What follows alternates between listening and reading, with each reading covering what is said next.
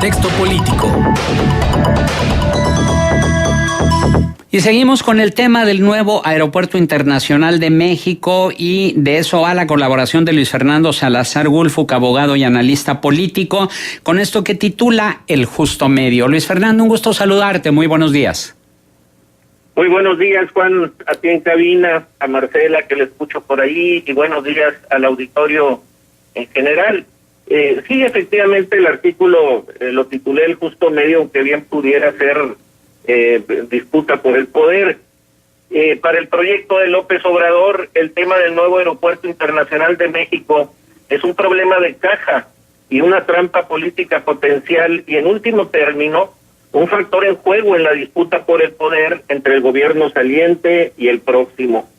Aunque las bondades de un aeropuerto de primer mundo son innegables, lo cierto es que el nuevo aeropuerto de Texcoco surgió como planteamiento tardío del gobierno de Peña Nieto, cuando ya se avisoraba que el PRI podría perder las elecciones federales que se celebraron este año, aunque todavía no estaban claras las verdaderas posibilidades del PG de llegar a la presidencia de la República.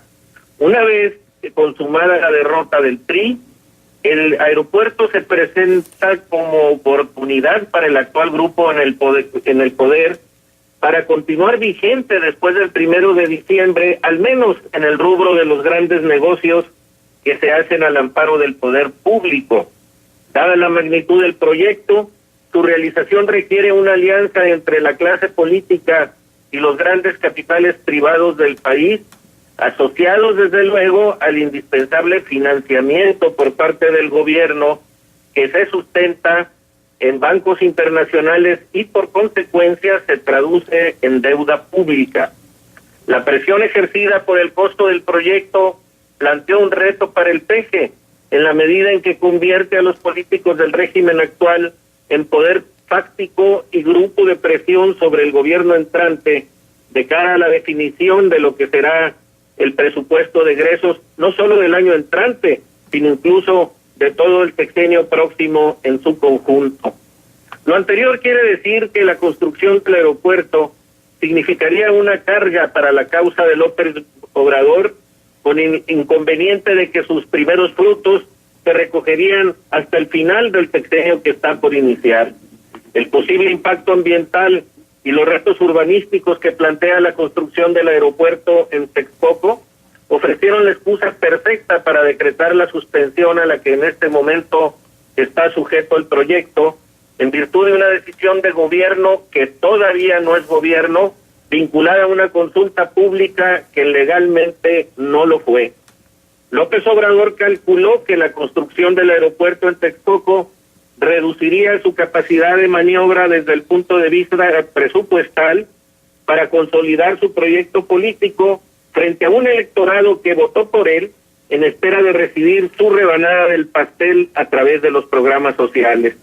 Por eso, aunque el hoy presidente electo manifestó su oposición al Naim desde su planteamiento inicial, nunca ha descartado la posibilidad de concesionarlo, lo que quiere decir que está dispuesto a la realización de la obra, siempre y cuando no le cueste a su administración y la tenga bajo su control, es decir, libre de la influencia de los que dentro de un mes serán emisarios del pasado.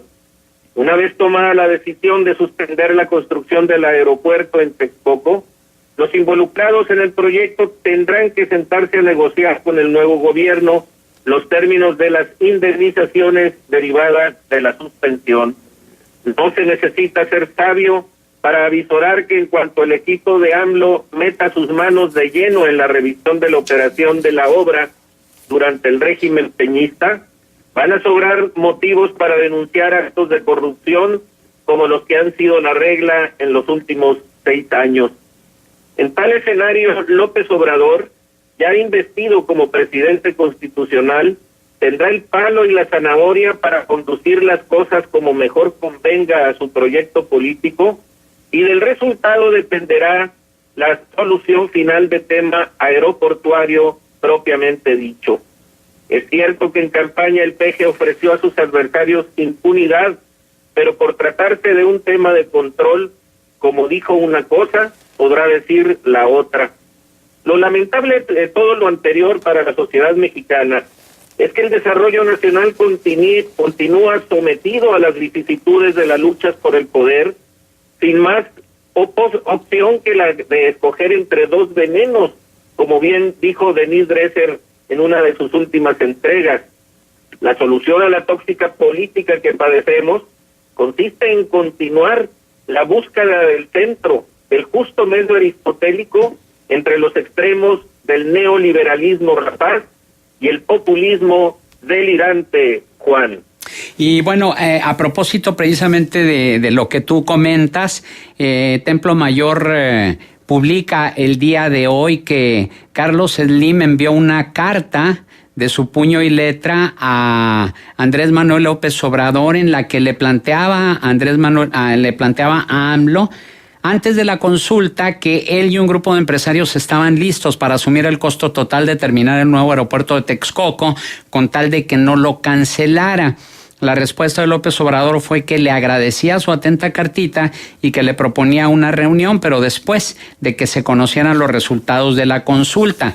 Esto es lo que dice Templo Mayor, pero también el propio López Obrador, recordemos que habría dicho en un foro previo a la consulta que una de las opciones podía ser que continuara en Texcoco siempre y cuando fuera financiado por empresarios y no por el gobierno. Sin embargo, parece que esa opción ya se canceló. Bueno, yo no la doy por cancelada, Juan, porque a mí más bien se me hace que son los estiras y los aflojas de una negociación X que estén celebrando en lo oscurito, y por eso es que López Obrador lo que hace es aventar la consulta como una herramienta de presión, precisamente porque están negociando, no porque se haya dado por terminada la negociación. Él podía haber simplemente dado por asumido el poder y indemnizar lo que tenga que indemnizar y cancelar todo sin necesidad de la faramalla. No, yo lo veo como una situación planeada, expuesta a la opinión pública, precisamente porque está ejerciendo presión sobre las personas con las que está negociando. Por eso les dice, después de la consulta nos vemos. Entonces, es evidente una lucha por el poder. Esta explicación que yo le encuentro tampoco es nada grato, no es grata para el país, no debe ser, pero definitivamente está más allá de simplemente considerar que López Obrador está loco.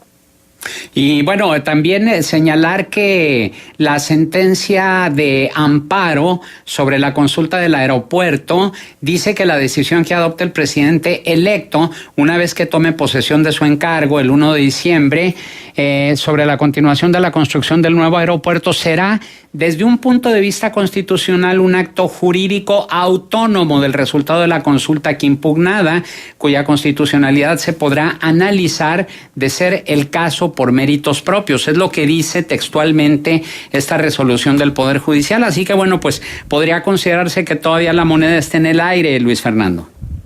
La negociación está en la mesa, más bien que la moneda está en el aire. Muy bien. Pues ¿algún punto de contacto? Sí, cómo no, mi domicilio es en Avenida Morelos 30, Poniente Interior 6, y mi teléfono es 716-2636. Se está comunicando Radio Escucha, Luis Fernando, y es Horacio Sánchez. Dice, me gustaría conocer la respuesta de Luis Fernando Salazar en torno a la pregunta de hoy. ¿Qué opina sobre el distanciamiento que marcó López Obrador con la iniciativa privada y cuáles serían las posibles consecuencias? Insisto en que sigue siendo un tema de negociación. A mí me da la impresión de que la iniciativa privada está en su papel porque está exigiendo una cuestión legítima y por los conductos normales, adecuados.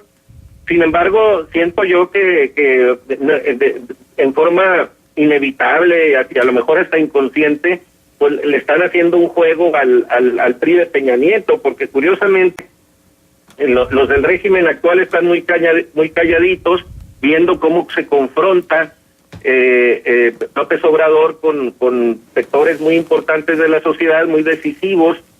Todos somos igual de importantes, pero la gente del PRI de Peña Nieto, que es la causante de la degeneración en la que nos encontramos actualmente, por lo menos la causante principal los últimos 6 años, están viendo los toros desde la barrera muy a gusto. Muy bien, nuevamente gracias Luis Fernando, buenos días. Gracias.